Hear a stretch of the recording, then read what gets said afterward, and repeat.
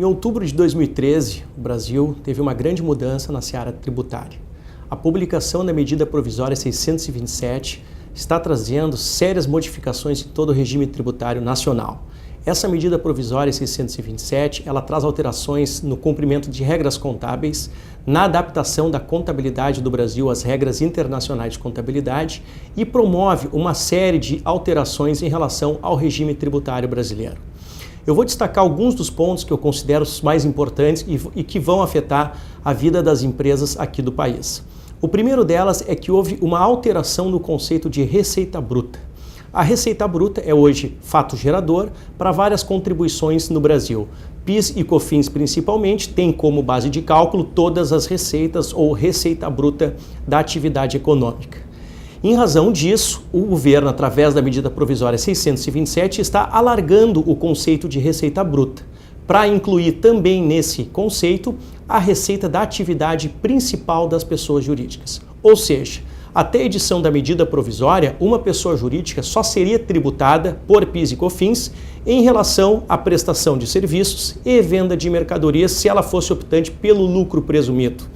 Ela, a partir dessa nova medida provisória, ela vai ser tributada pela prestação de serviço, pela venda de mercadorias e também pela receita da atividade principal. Mas então, qual é a mudança que está sendo promovida pela medida 627 em relação ao conceito de receita bruta? Quando essa medida provisória traz essa nova conceituação, ela permite que atividades que não sejam prestação de serviço e venda de mercadorias também sejam tributadas por PIS e COFINS. Isso vai acarretar efeitos em vários setores da economia. O primeiro deles e o principal é o setor bancário.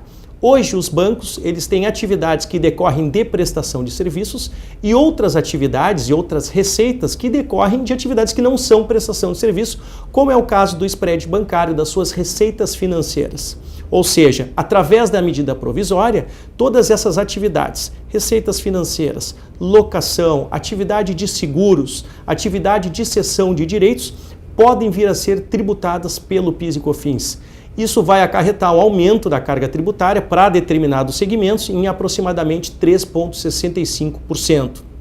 Então essa é uma mudança muito importante. É importante também dizer que essa alteração no conceito de receita bruta não atinge as micro e pequenas empresas que sejam optantes pelo Simples Nacional. Quer dizer, no caso das empresas optantes pelo Simples, o conceito de receita bruta permanece sendo o mesmo antes da vigência da medida provisória. Quer dizer que uma empresa do Simples que seja varejista, mas que possua receitas que não sejam de prestação de serviço ou de venda de mercadorias, não vai ter que recolher PIS e COFINS sobre essas atividades.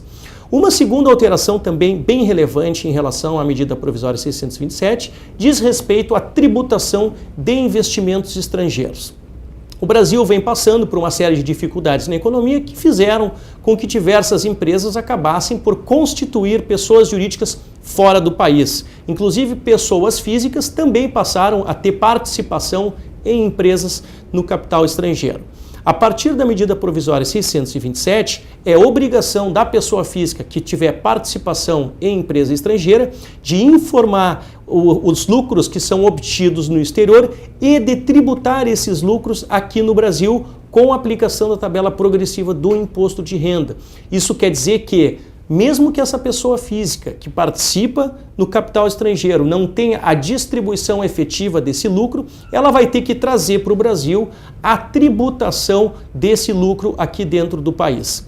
Em suma, as regras de contabilidade que vão ser modificadas, aqui eu destacaria como sendo de maior importância, é a entrega do LALUR através do SPED. O LALUR é o livro de apuração que calcula o imposto de renda pelas empresas que optam pelo lucro real.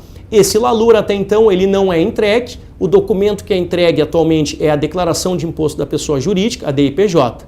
A partir da medida provisória 627, as empresas vão ser obrigadas a preencher o LALUR no Sistema Público de Escrituração Digital, fazendo com que a Receita Federal já detenha as informações para o cálculo do imposto de renda. A gente poderia pensar nesse caso que a própria Receita Federal poderia calcular o imposto de renda antes da pessoa jurídica mesmo efetuar esse cálculo. Existem opiniões favoráveis e opiniões desfavoráveis em relação à entrega do LALUR, e o que a gente vai ter que ver é o que vai acontecer durante o ano, vendo se as empresas vão conseguir se adaptar a todas essas modificações implementadas pela 627.